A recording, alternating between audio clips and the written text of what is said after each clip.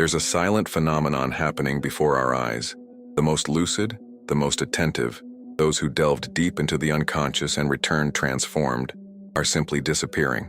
This isn't a dramatic escape, nor a revolt against the world. It's a calm, almost invisible withdrawal.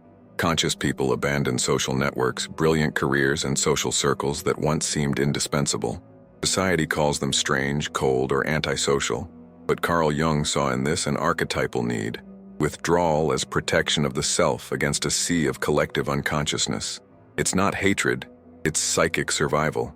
And paradoxically, this disappearance can be an act of love for truth, for authenticity, for the soul itself, which refuses to be molded by the collective theater. Imagine a woman named Helena, successful, respected, socially active. For years, she had built an impeccable identity, a solid career, numerous relationships, a constant presence on social media. But something began to quietly crumble. Every meeting at work felt like a soulless performance. Every social encounter felt like a changing of masks. Every minute in front of a screen transmitting idealized fragments of herself produced a profound exhaustion, not physical, but existential. Helena wasn't depressed. On the contrary, she felt increasingly awake. She was beginning to notice what had previously gone unnoticed: the veiled competition in conversations between colleagues, the desperate need for approval hidden in friends' posts, the shadows cast in political and personal discussions. She saw more than others did, and this, far from being liberating, was exhausting. When she tried to share her insights, she found herself met with discomfort or irony. Some accused her of pessimism, others of arrogance. Helena then realized what Jung described as the burden of consciousness, being awake in the midst of a collective that still sleeps. The price was high. To continue participating in social life, she had to constantly mutilate herself, reduce her lucidity, and pretend not to see the games unfolding before her. It was at this point that she began to feel an inner calling to disappear. She deactivated her accounts, reduced her presence at events, and sought silence. Not as if fleeing, but as if breathing after nearly drowning. Solitude, once feared, became medicine. On long walks alone, she felt she rediscovered pieces of herself that the collective had fragmented. Helena is just an image, but she represents thousands of men and women going through the same process. Increasingly conscious individuals who discover that living at the pace of the collective unconscious is unsustainable. This isn't about weakness nor rebellion, but about psychic survival. It's what Jung would call a necessary retreat, the withdrawal that preserves the integrity of the soul when society becomes too toxic to bear. Jung's intuition about necessary withdrawal is echoed today in contemporary scientific research investigating the impact of individual consciousness on the collective. Neuroscience, social psychology, and studies on emotional well-being have shown that living surrounded by unconscious stimuli and superficial relationships not only drains energy, but can compromise the physical and mental health of more sensitive and lucid individuals. One of the most relevant findings comes from the field of environmental psychology. Research from the University of Michigan showed that dense, highly stimulating urban environments significantly increase cortisol levels, the stress hormone, in individuals with higher reflective awareness traits. These same participants reported a greater need for isolation and contact with nature as a psychological restoration strategy. This isn't escapism, but biological self-regulation. Another point comes from the so-called differential sensitivity theory. Studies by researchers like Michael Plus reveal that people with greater awareness and emotional depth are also more impacted by toxic social environments. They absorb the group's unconscious energies more intensely, which generates psychological overload. This is precisely what Jung called the burden of consciousness. Those who awaken feel the weight of the collective unconsciousness more acutely. Social neuroscience also confirms Jungian experience. Research on empathy and neural resonance shows that the human brain, when exposed to incongruent or manipulative behavior, activates areas related to physical pain. In other words, for an awakened mind, participating in superficial or mask-based social interactions is not just uncomfortable, it's literally painful on a neural level. The phenomenon of social media further amplifies this tension.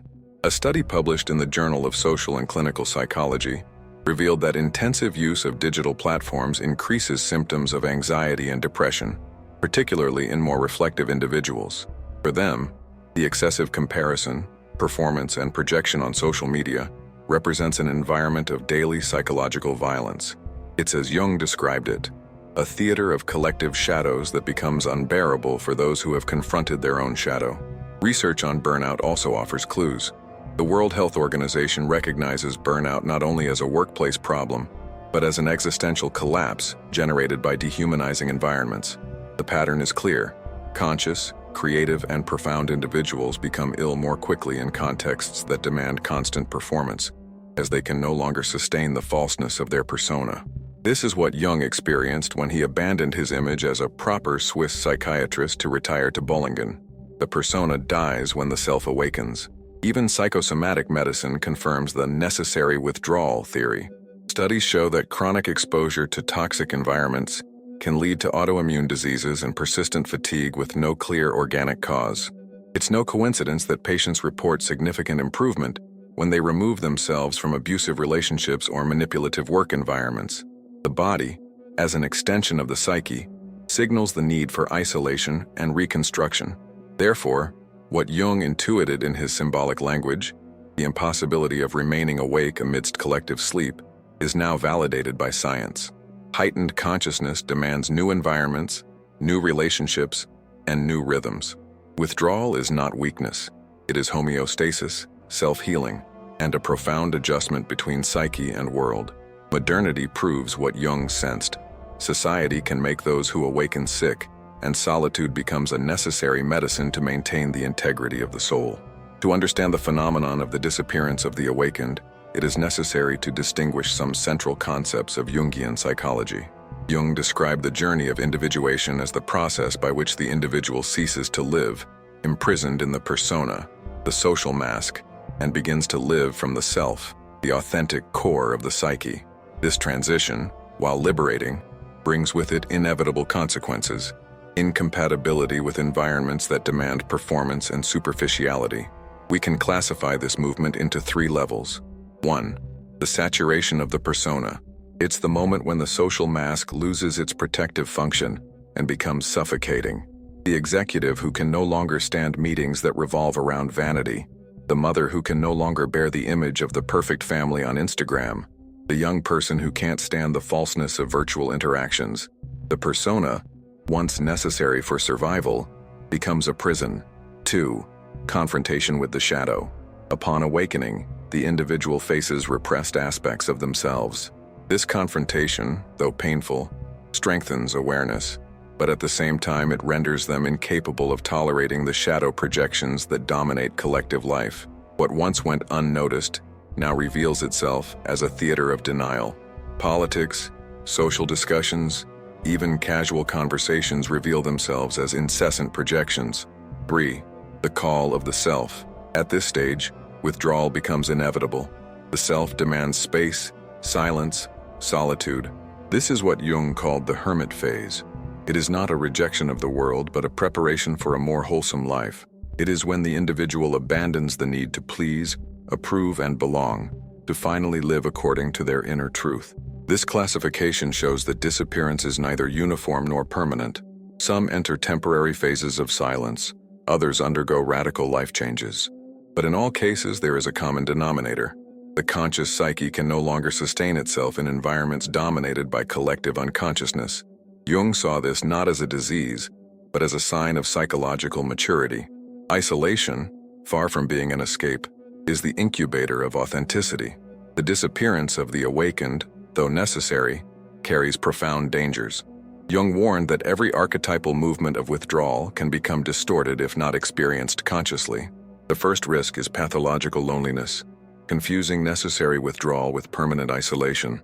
Solitude is fertile when used for integration, but becomes toxic when it fuels resentment against the world. In this state, consciousness risks crystallizing into spiritual elitism or misanthropy, distancing itself from the compassion that should arise from awakening. Another danger is ego inflation. By perceiving oneself as more conscious than others, the individual can fall into the trap of superiority. This is the spiritual shadow, believing oneself enlightened, above the sleeping masses. Jung saw this as one of the greatest collapses of the psyche, inflation through contact with the collective unconscious. The individual believes themselves to be the exclusive bearer of truth, but in reality, They have been swallowed up by their own unconscious. There is also the risk of a practical disconnect from life. The hermit can become lost in abstractions, neglecting the body, relationships, and the basic responsibilities of existence. Escape from the world may seem like evolution, but without integration with concrete reality, consciousness becomes sterile, incapable of transforming oneself or the collective. Another danger is a premature return to the collective. Many, after a brief period of silence, attempt to reinsert themselves into social contexts without being prepared. The result is a relapse into old patterns. The persona's mask returns, the shadow is repressed, and the cycle of unconsciousness begins again. Jung said that the time for retreat cannot be rushed. It is a psychic gestation that requires natural maturation. Finally, there is the risk of total human disconnection, seeing only the unconsciousness of others and forgetting that everyone also carries seeds of awakening. True consciousness does not despise the collective, but understands its slowness and limitations. Withdrawal is necessary. Disregard is a downfall. Thus, Jung reminded us, seclusion must be experienced as a path, not as a prison. The danger lies not in disappearing, but in forgetting that every disappearance is destined to reappear, transformed. For Jung, the disappearance of the awakened is not an isolated act, but a process with distinct phases, an archetypal journey that repeats itself across different eras and individuals. The first is unbearable sensitivity. The individual realizes that ordinary interactions drain their energy. Banal conversations seem false. Social debates sound like noise, and even daily routines become burdensome. This is the harbinger, the body and psyche signaling that the level of consciousness attained no longer fits the previous environment. The second phase is the silent rupture. There are no fights or dramatic declarations, just a gradual distancing. The person begins to disconnect from social media, decline invitations, and prefer to be alone. To the observer, it appears as disinterest. To the living, it is vital preservation. The third phase is immersion in the void. Here, the individual feels the weight of silence. The ego, accustomed to external validation, panics. This is the most dangerous stage, as the void can be mistaken for depression or failure. But in reality, it is the fertile ground where the self begins to emerge. One must endure this desert without running away or filling it with distractions. The fourth phase is deep integration. Gradually, the individual realizes they are not alone, but in closer contact with their own soul. Shadow and light dialogue. Old masks dissolve. The energy previously spent maintaining personas returns and transforms into inner clarity. The fifth phase is the discrete rebirth. It's not a full return to the collective, but a new presence. The individual reappears in small circles, in authentic relationships, in work that reflects their self. The difference is that now they participate without losing themselves, interacting without diluting themselves. These phases, repeated to varying degrees, form the arc of transformation. Disappearance is not abandonment, but metamorphosis. The cocoon requires solitude, but only so that the butterfly can later exist in its full form. Jung himself is the first living example of this necessary disappearance. After his break with Freud, he plunged into a profound crisis, marked by visions, dreams, and experiences that nearly led to his collapse. Instead of fleeing, he retired to Bollingen, where he built his famous tower on the shores of Lake Zurich. There, in creative solitude, he painted, wrote, and dialogued with the images of the unconscious. To many colleagues, this seemed like a senseless retreat. For him, it was the only way to survive without betraying his conscience.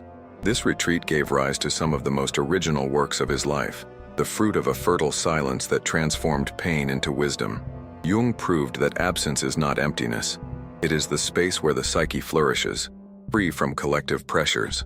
Another notable example of conscious disappearance is that of Henry David Thoreau, a 19th-century American writer and philosopher. Although he was not a disciple of Jung, his life embodies the same archetypal logic that Jung described.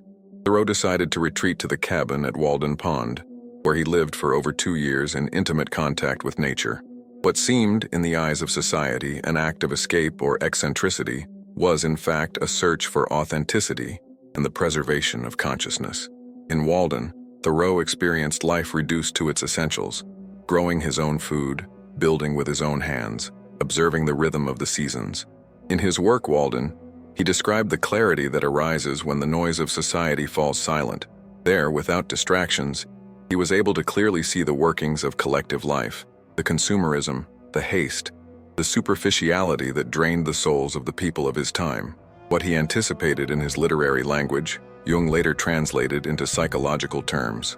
The need for retreat as preservation of the self. Like Jung and Bollingen, Thoreau didn't disappear out of hatred for the collective but out of love for authenticity.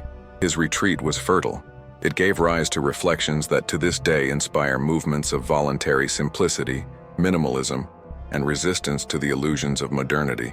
The parallel is clear. Both Jung and Thoreau show that withdrawal is not a collapse, but a method.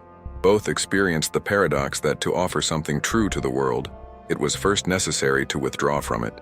Society saw absence. In reality, it was gestation. Silence, in both cases, was the womb of transformation.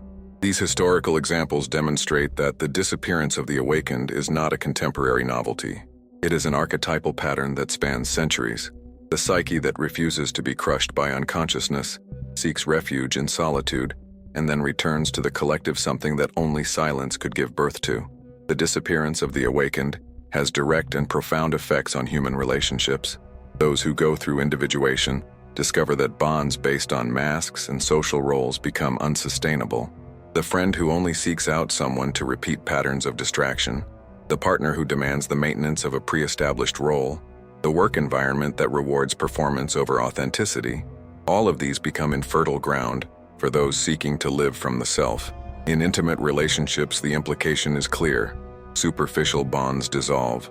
Many awakened individuals find themselves ending long-term relationships, not for lack of affection, but for an inability to continue playing characters that no longer exist.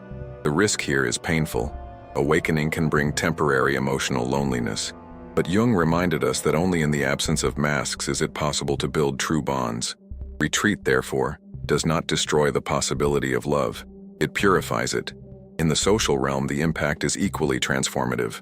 The withdrawal of the awakened empties collective spaces that once fed on the energy of those more conscious. Work groups, community projects, and even family circles lose vitality when their most lucid members withdraw. This, however, also generates a creative shock. It forces the unconscious to confront the void left behind. The silence of those who don't participate can be more eloquent than 1,000 words. In practical terms, consciousness demands new ways of living together. Small circles replace crowds. Selective relationships replace compulsory bonds. The logic of quantity gives way to the logic of quality. This is where alternative communities, independent projects, and silent support networks emerge that unite the awakened around authenticity. Disappearance also teaches a practical lesson about limits. Many awakened ones discover that it is not possible, nor healthy, to try to save the collective at any cost. Compassion is not synonymous with self-annihilation. Preserving one's own energy becomes a condition for being able to offer it in appropriate contexts. Jung called this psychological discipline, knowing when to withdraw, when to appear, when to give, and when to withhold. Another practical implication is how we contribute. The awakened don't return to grand stages but to fertile shores. Some become artists, others therapists, others writers or silent guides. Their contribution is no longer massive but directed. Instead of speaking to crowds, they reach individuals ready to listen. It's the pedagogy of the small circle, where one word can generate more transformation than 1,000 public speeches. Finally, there is an invisible but real collective impact. Each individual who disappears and preserves their consciousness is, in a sense, holding a torch in silence. Even absent, their existence serves as a reference for others who, in silence, also feel the call to retreat. The gesture of disappearing is not only personal, it is an archetypal invitation for others to awaken. Thus, the practical implication is clear. Human relationships upon awakening do not disappear. They are transformed. From the theater of masks, we move to the circle of the authentic. And this circle, though smaller, has a density that the collective unconscious will never reach. The disappearance of the awakened, though archetypal and necessary, is not without its pitfalls. Jung warned that each phase of retreat can conceal subtle dangers, capable of imprisoning rather than liberating. The first pitfall is the confusion between solitude and unhealthy isolation. Solitude is fertile when it opens space for dialogue with the unconscious. Isolation, on the other hand, fuels resentment, reinforces the feeling of exile, and leads to bitterness. The individual who should flourish in silence ends up withering, believing that the world will never understand them. Another trap is the idealization of disappearance. Many transform seclusion into an identity, boasting about not belonging to the collective. But the true hermit doesn't turn absence into a stage. He lives it in silence, without needing to display his renunciation. To turn disappearance into a spectacle is to betray its essence. There is also the risk of psychological stagnation. Seclusion is not an end in itself. It is a phase of integration. If the individual remains in it indefinitely, they lose the movement of life. Silence ceases to be an incubator and becomes a prison. Jung insisted that seclusion should prepare for a return, even partial, to the world, not replace it forever. An additional danger is escape disguised as spirituality. Many use the language of awakening to justify their inability to deal with human challenges. They talk about not being able to bear unconsciousness when, in fact, they avoid the natural discomfort of relationships. Here, withdrawal is not evolution, but denial. Finally, there is the trap of losing the body. By diving inward, the awakened can forget that life also pulses within matter. Neglecting health, emotional bonds, and concrete needs transforms awakening into a disembodied illusion. For Jung, the true self integrates spirit and flesh, silence and action. These traps show that disappearing is no guarantee of evolution. It's a narrow path that requires constant vigilance. Retreating can be a gesture of greatness or a mask of escape. It all depends on the awareness with which one crosses the desert. In 1922, after years of intense inner experiences, Carl Jung decided to build a tower in Bollingen, on the shores of Lake Zurich. At first glance, it might seem like nothing more than a bucolic retreat, a stone refuge built by a man weary of modernity. But in essence, Bollingen was the living symbol of what he called the hermit phase, the archetypal withdrawal necessary for individuation. There, Jung shaped each stone with his own hands, not as an escape, but as alchemy. Each wall erected was also an inner wall that was established. Each carved inscription reflected truths gleaned from the unconscious. In the silence of the tower, far from the noise of social conventions and the weight of masks, Jung not only rested, he transformed. A remarkable episode occurred when, after months of seclusion, Jung received a visit from former colleagues hoping to reconnect with their longtime psychiatrist. Instead, they found a different man, simpler, quieter, but paradoxically more profound. Jung didn't defend himself, didn't argue, didn't try to convince. He radiated a presence that didn't depend on a persona, and this disconcerted them. Some turned away, unable to cope with the absence of that familiar social role. Others, however, sensed in that silence a rare, almost archaic wisdom. This case illustrates the essence of conscious disappearance. By withdrawing, the individual does not abandon the world out of resentment, but transcends it to rediscover it in a different way. Bollingen was not the negation of collective life, but the gestation of a new way of inhabiting it. Jung periodically returned to academic life, but never as before. He did not belong entirely to the collective, nor entirely to solitude. He was an inhabitant of the edges, a border dweller, as he himself described it. This is where many awakened people find themselves today. They feel that social media, corporate jobs, trivial conversations, all of this demands a persona they can no longer sustain. Their bodies take their toll, their minds grow ill, their souls scream. Then the invisible call arises. Retreat, not to disappear completely, but to find in silence what the noise of the world steals from them. Jung's final Bollingen case teaches that disappearance is not a defeat, but a rite of passage. It is not a renunciation of the world, but a renunciation of the false. It is not isolation out of fear, but separation out of maturity. The tower stands as an eternal metaphor. Each person at some point must build their Bollingen, whether a physical space or an inner space, for individuation to be complete. And when this man or woman returns, they don't bring back the same face. They bring something rarer, the silent presence of someone who has seen their own shadow and not been broken, of someone who has withdrawn not to be lost, but to find themselves, of someone who has learned that to disappear is not to erase oneself, but to allow the essential to flourish. Conscious disappearance is not an end, but a transition. Jung showed that there are times when the only true choice is to withdraw, not out of fear, but out of fidelity to the self. If you feel this calling, don't ignore it. It may be a sign that your psyche requires silence to flourish. Allow yourself to build your own Ballingen, whether a physical space or an inner tower. The collective may not understand now, but one day, it will need what you are gestating in silence.